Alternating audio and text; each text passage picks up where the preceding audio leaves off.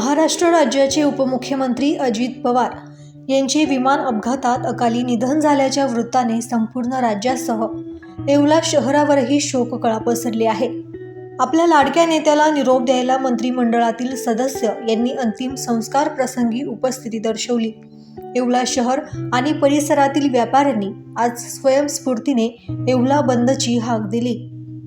व्यापारी संघाने सर्व व्यवहार बंद ठेवण्याचा निर्णय घेतला।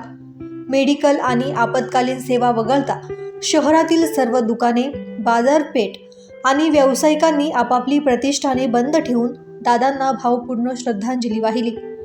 दरम्यान येवलातील भुजबळ संपर्क कार्यालय येथे अजितदादा पवार यांना सामुदायिक श्रद्धांजली वाहण्यात आली।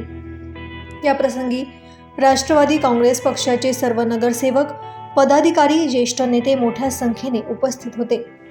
एक कर्तव्यदक्ष आणि धडाडीचा नेता गमावल्याची भावना सर्वसामान्यांमध्ये असून येवल्यातील जनतेने शांततेत बंद पाळून आपला शोक व्यक्त केला आहे, असे राष्ट्रवादी काँग्रेस पक्षाचे ज्येष्ठ नेते अंबादास बनकर यांनी सांगितले।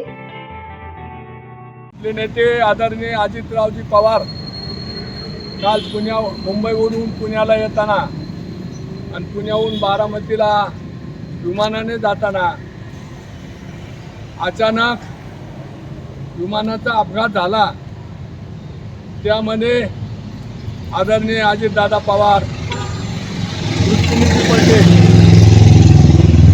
महाराष्ट्राचं चालतं बोलतं मंत्रालय म्हणलं तर वावगं नाही, सर्वांचा आधार।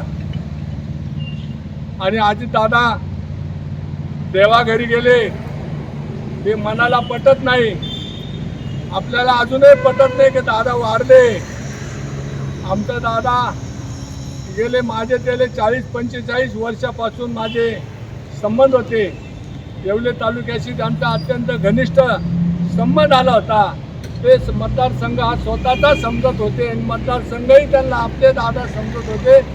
असा कर्तृत्ववान माणूस महाराष्ट्रातून गेल्यामुळं महाराष्ट्राची आणि आमची आपल्या सर्वांची फार मोठी हानी झालेली आहे।